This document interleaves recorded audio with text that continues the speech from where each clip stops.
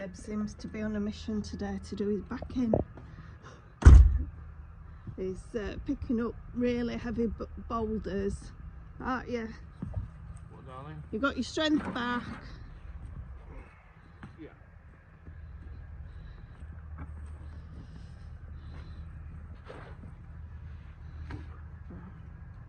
It's all that spinach herbs that we've been having. It's all the olive tea. It's all the olive down my tea. neck.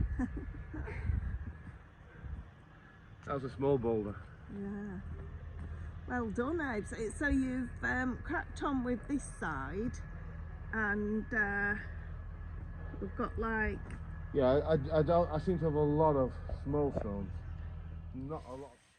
So good morning from my makeshift kitchen here in the Algarve. It's 9 degrees this morning in this kitchen. I'm just washing up, but I've left some of Bella's leftover dinner that she's decided not to eat. She's not eating much at the moment. So we just cut up one of the water bottles, and there's a few stray dogs around here, so we might go down to the pub at lunchtime, see if we can find one.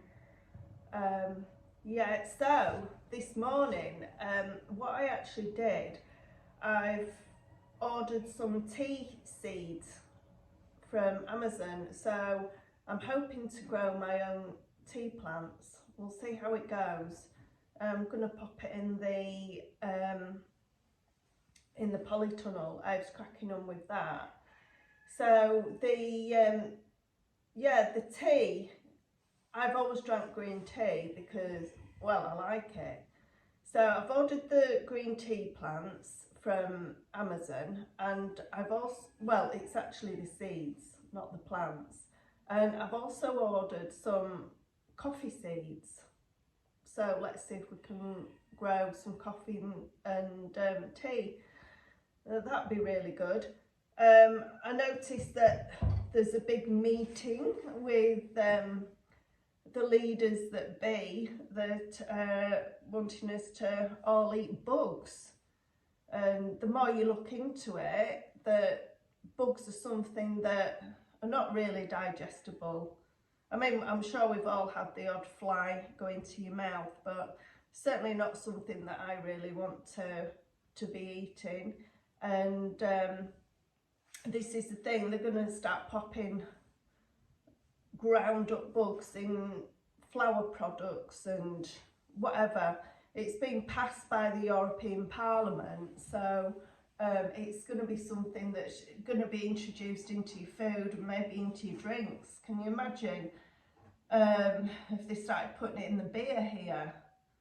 But would you know? Would you look at the label and actually know that that's what they've done? So this is the thing. This is the whole point of trying to grow your own produce and live off the land. Not only is it healthier for you, but it's also, you know, what's going into your food, and that's one of the main things, isn't it, for trying to do what we're trying to do. It's when you think of your offspring, like my son Spencer and Eb's son Alex, would they actually be bothered to look what had gone into, say, a Cornish pasty, that it's actually now containing bugs, or, as long as it tasted nice. But the thing is that bugs stop you from getting minerals and vitamins into your body, and especially with Ed being ill recently, vitamins and minerals are something that you need to stop you getting these COVID viruses, especially vitamin C, zinc and magnesium, and it's something that it actually suppresses. So, you know, you've got to look at all these things. Right, I'm going to go and I'm going to go pick some olive leaves and make a olive leaf tea. So I've just picked my olives, and I had a few of these from the Chinese shop. It's proper green tea leaves. So I've been popping that in as well. So still haven't been to IKEA for a proper teapot, but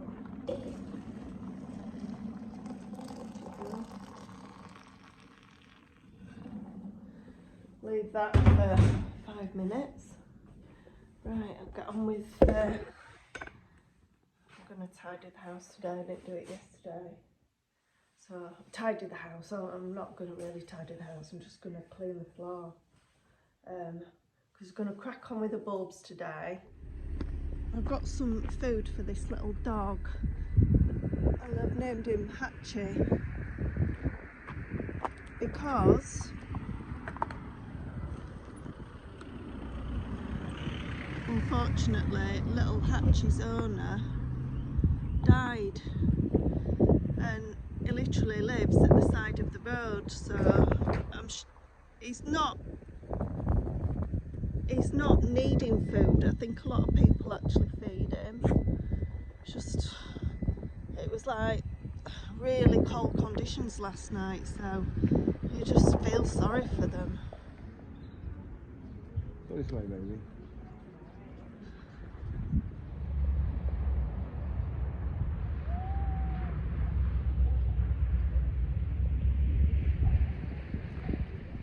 Because we're going to bring it out at the front and all the way round so we can put all our vegetables in. And one thing that I have noticed, I've been putting some bulbs in the ground, and it's been a labour of love. It hasn't been an enjoyable experience at all. As soon as you try and put a trowel in, you hit a rock or you hit snails. So once we've done the raised bed, which means Abe has to do it all again, but probably a bit more, the walling around the polytunnel, what we've noticed that there's a heck of a lot of snails. So once we've actually finished the walling and we've got the raised beds in, we're going to mulch around the whole lot, because apparently snails hate mulch.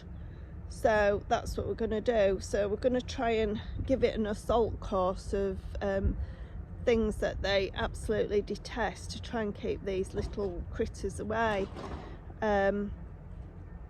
We don't plan to kill them. Well, I don't.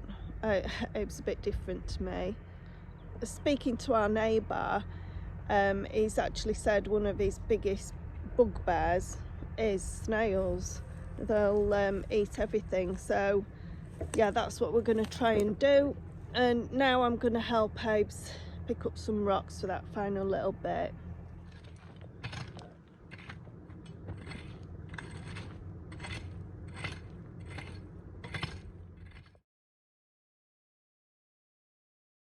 So one thing that we are doing, me and Habes, we've been conscious with the water.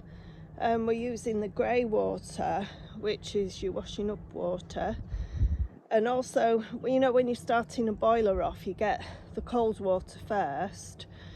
We're saving all that to water the plants at the front of the house.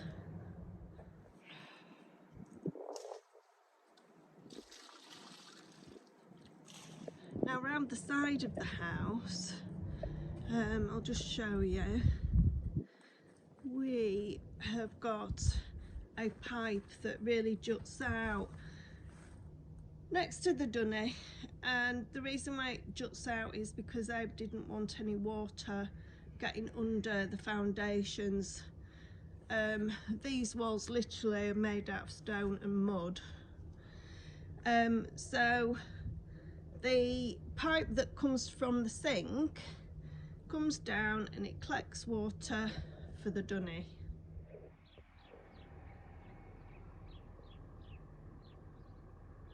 Some super good news for our little friend over there, the turkey.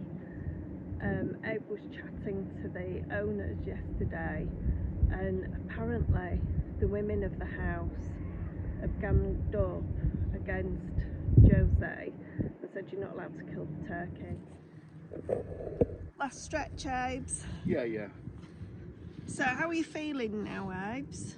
I think I'm about 45% there now.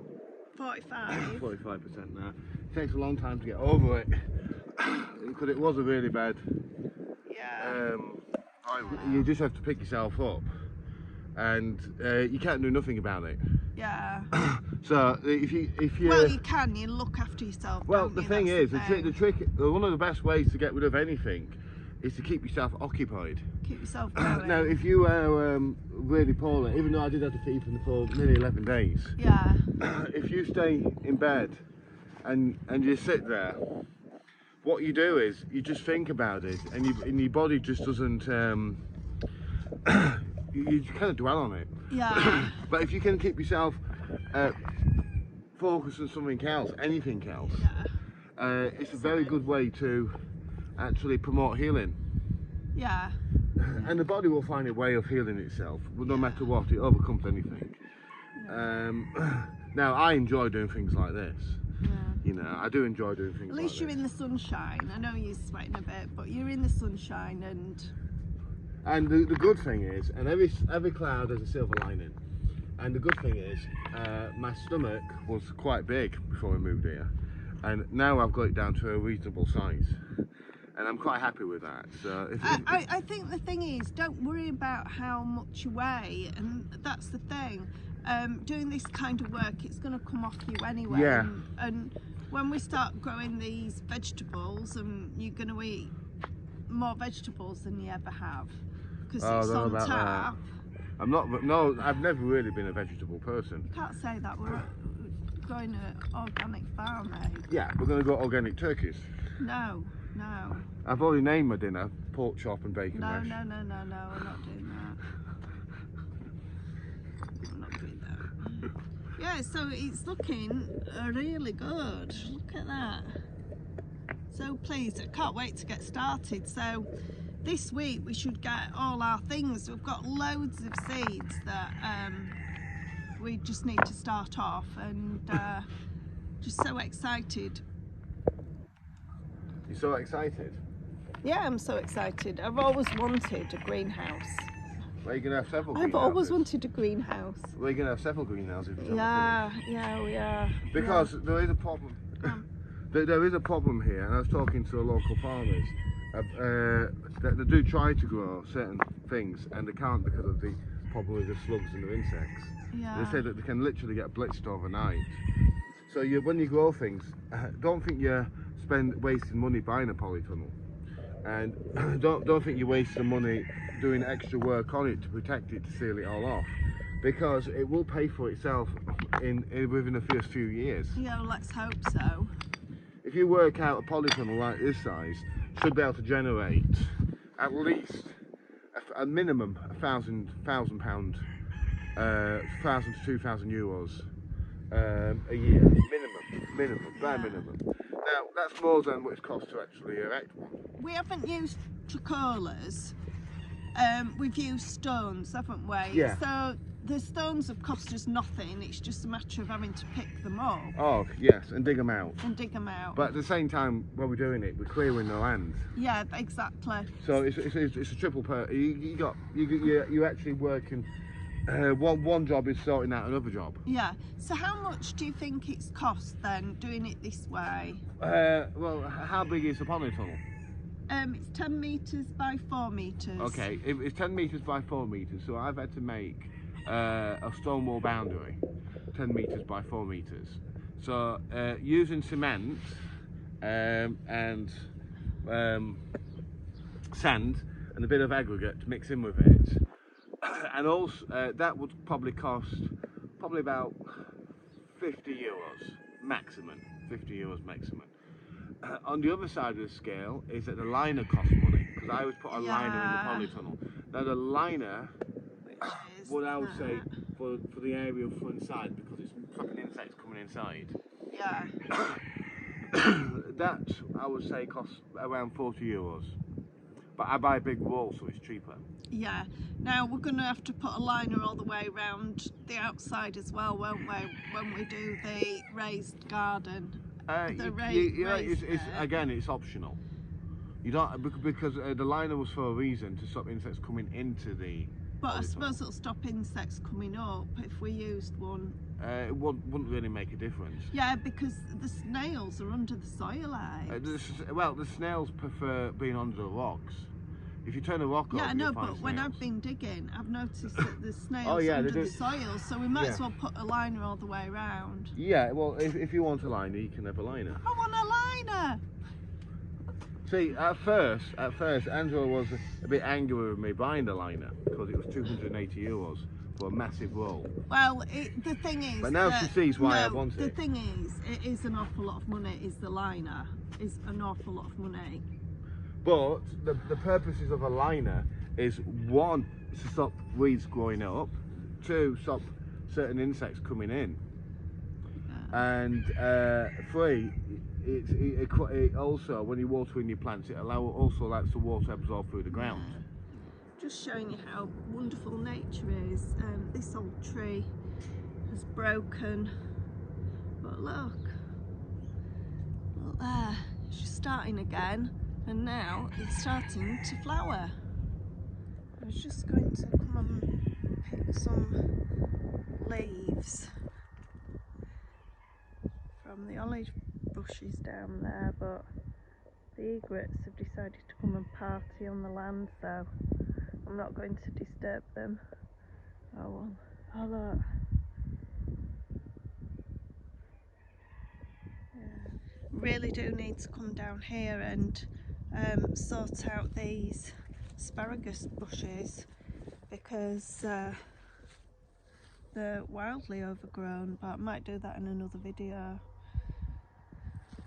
Yeah, that's my favourite tree of the whole land, and it's magnificent. It really is beautiful.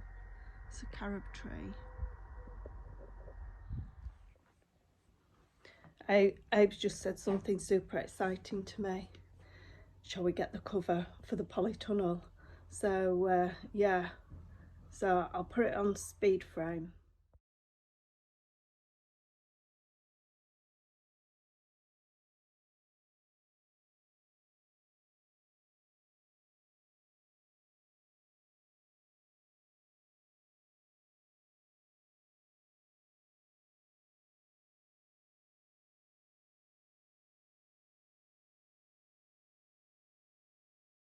So this is the view from inside, and it's 10 metres by 4 metres, this one. So Abe's busy tucking the edges in. So, and it's really quite warm in here already. It's got little window areas where you can just, I think you can roll them up and let a bit of fresh air in. But yeah, super pleased with this.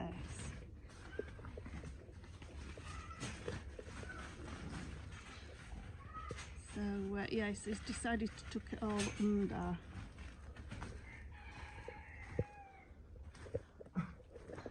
It's like having another room in your house.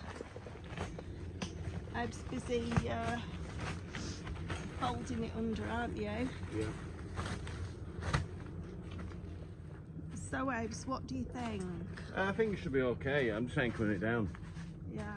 So I'm putting crossbars into the ground. Oh yeah. I'm doing it like this, and at an angle, so it gives a little bit. Yeah. And I'm doing it like this, so it'll give a little bit, so it'll be like crisscrossed in at a diagonal, and that gives it a lot more strength. Yeah. We were noticing, out of the whole frame, there's actually only 4 of these tiny ties, which really, to me, seems ridiculous. I mean, we're sort of professionals with marquees, aren't we, with our line of work, and the thing is that it's not something that you think, oh gosh, how many ties are in it when you buy it, and you'd have thought it would have had ties on the roof, but it hasn't. It's got 4 ties. So but there are ways around it. Yeah, I mean, Abe's brilliant with always coming up with a solution, so fingers crossed. Yeah, I'm gonna have to mortar the joints along the edge here. Yeah. And put a few stones on the line here, and that should stop that from lifting and pulling out. As long as the wind don't get in. That's the thing, isn't it? You do actually get wind here in the Algarve, you know, sometimes, so just see how it fares. So, I've got some Sunday lunch on the go. Thank you for visiting, and hopefully I'll edit this video and pop it out to you by tea time. So yeah, so next videos hopefully we'll start planting some things, and that's like super exciting for me. So I've got so many seeds, it's just a dream, isn't it, to grow all your own things. So we'll see you next time. Please like and subscribe if you've enjoyed the video and you want to follow us on this farm in the Algarve. Ciao for now.